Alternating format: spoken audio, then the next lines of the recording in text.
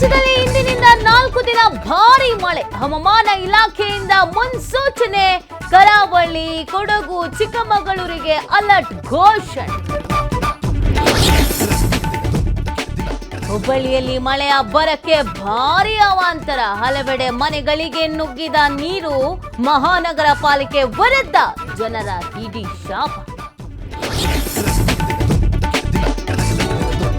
ಇಂದು CM ನೇತೃತ್ವದಲ್ಲಿ ವಿಶೇಷ ಸಂಪುಟ ಸಭೆ. ಜಾತಿ ಜನಗಣತಿ ಮರು ಸಮೀಕ್ಷೆ ಕುರಿತು ಚರ್ಚೆ.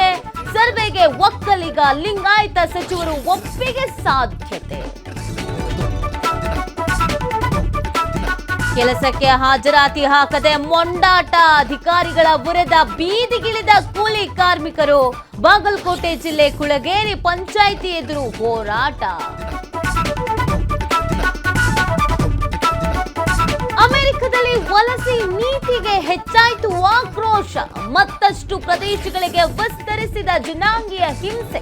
ಪ್ರತಿಭಟನೆ ತಡೆಗೆ ಲಾಸ್ ಏಂಜಲೀಸ್ನಲ್ಲಿ ಕರ್ಫ್ಯೂ ಜಾರಿ.